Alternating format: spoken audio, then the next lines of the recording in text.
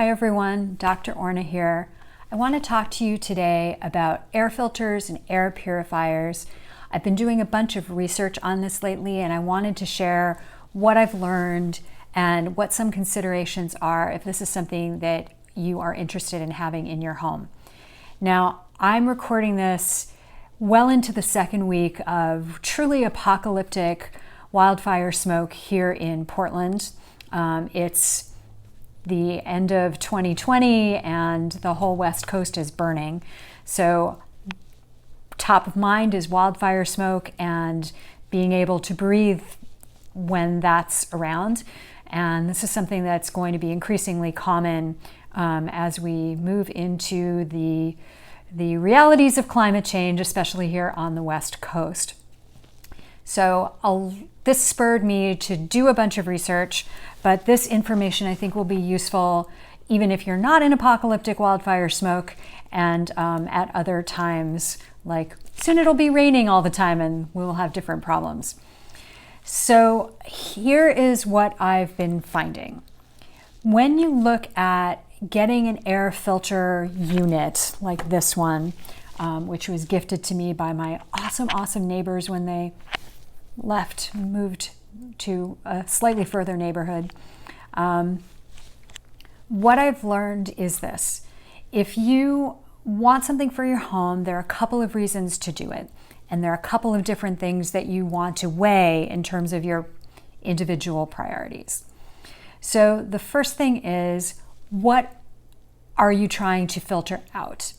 So a home air filter can be really useful for asthma, allergies, issues with mold, VOCs, which are volatile organic compounds, so the off-gassing that you get from new carpets, furniture, vinyl flooring, paint. You can get low or no VOC paints, which you should totally do. So these filters can be helpful for a variety of different issues. Another thing that's really handy is that the best ones filter particles down small enough to capture viruses and bacteria as well. And this is 2020, so we're in the middle of COVID-19. And so this is something that could be helpful in your house to lower risk. If you have somebody who needs to quarantine in a room, they could have this in the room with them. And there's a bunch of information online about how to use an air purifier safely to help lower risk of infection. So those are some of the reasons that you might want a purifier. Smoke and smells from smoke, whether that's wildfire smoke or cigarette smoke, also reasons. So then depending on what your concerns are, you have to look at two parameters. One is filtration of particles and one is filtration of gases. So wildfire season, I'm thinking about particles right now. And particles include wildfire smoke, which can be large particles, and also superfine particles, which are the ones that are the most problematic and represent 90% of the particles created by wildfires. Mold, spores, viruses, bacteria, pet fur, dander, dust mites. All of those things are particles, and the type of unit you get depends on which of these you're most concerned about managing. Pollen, also particles. And then gases are the volatile organic compounds, the odors, formaldehyde, again, the off-gassing from new furniture, and so on. For particles, what you really want is a HEPA filter, which is high efficiency particulate air or air filtration. HEPA, H-E-P-A.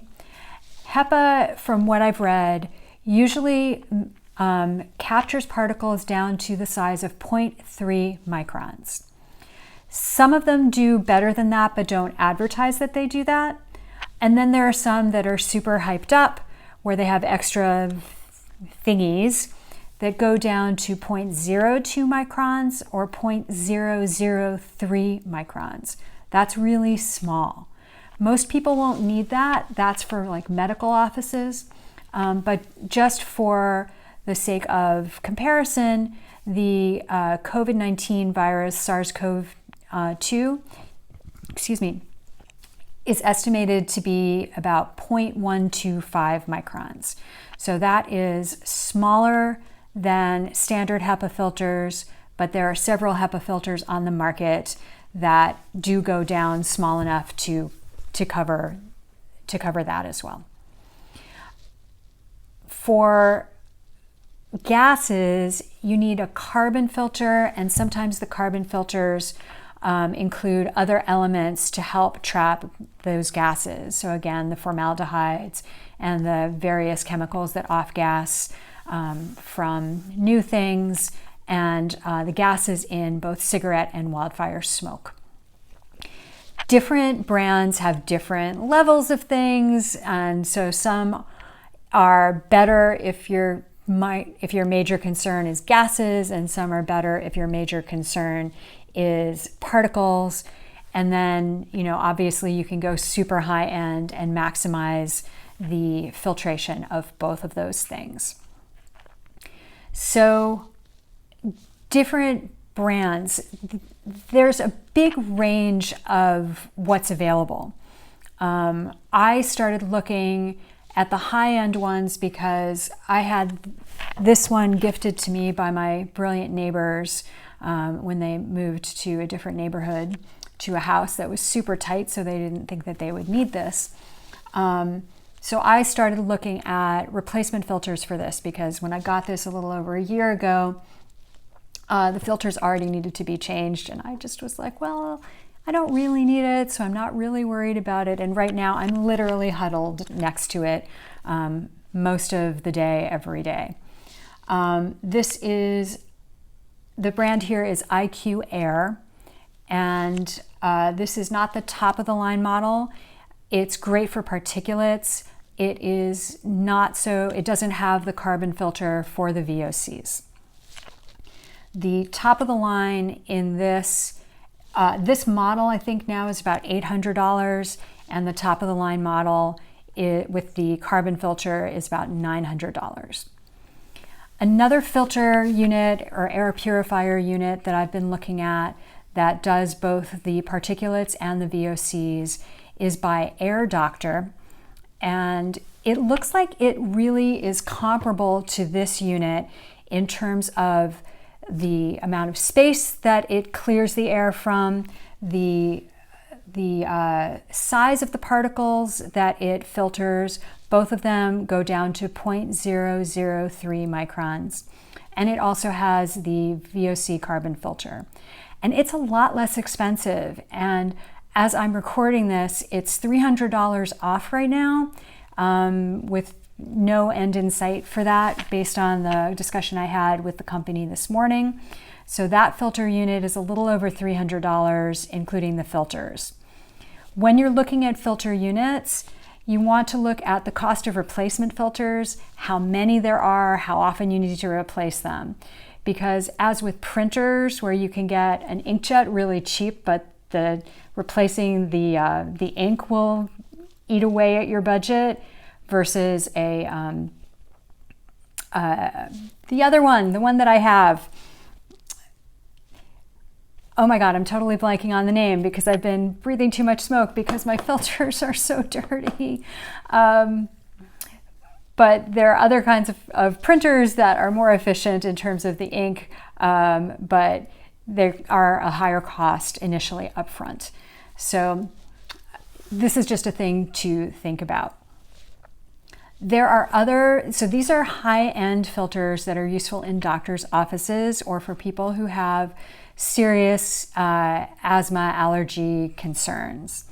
There are other models that look like they do a really good job for what most people need in the price range of $100 to $250.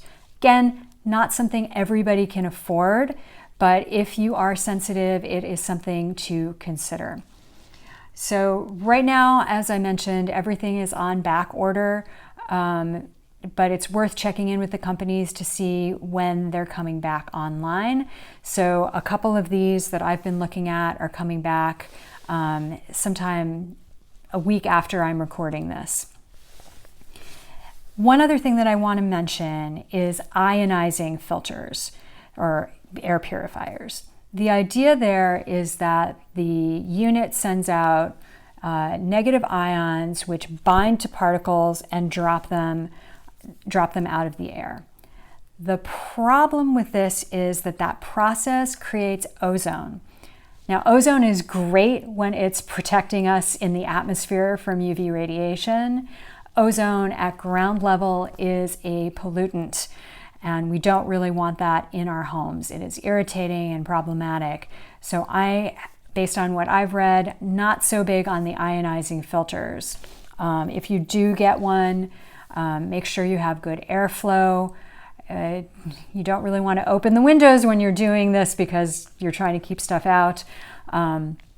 But just that is a concern with some of them. The Air Doctor filter does have that as an option, but apparently you can turn it off. And that is what I would recommend people do. There are a lot of other brands. Austin Air looks like it's a great brand also. It seems to have a heavier carbon block filter. So if you are more concerned about the volatile organic compounds, those gases, that might be a better option for you than some of these. All of these are super, super useful and will improve your air and help you breathe in these tough, tough times.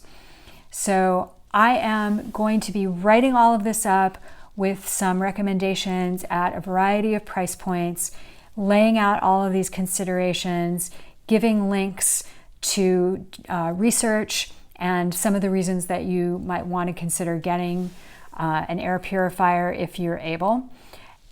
To get that, you have to be on my VIP email list, which I know a lot of you are. If you are not, there is a link either below or in my bio that will get you onto that list so that you can get the write-up that I'm doing. I'm going to be getting that done in the next couple of days while the research is still fresh in my mind, and I want to make sure that you get all the information you need to think about this. If you are not on the West Coast right now and you're seeing this more or less in real time, if you don't need a filter right now, maybe wait so that the people who are in the smoke zone can get them a little bit sooner. If you're watching this not during an apocalyptic moment, my recommendation is if you think that you might need one, get it when it's not crazy apocalyptic wildfire season and hundreds of thousands of people are all looking for relief at the same time. And so I procrastinated for a long time. A lot of my friends did the same.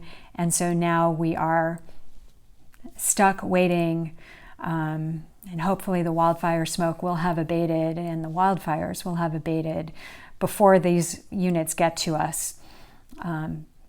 Anyway, so that's what I know. If you have any questions, shoot me a message or leave me a comment. If this is useful, please share it, like, tag, follow, bookmark, subscribe, all of those things. And stay very, very safe, y'all. Bye.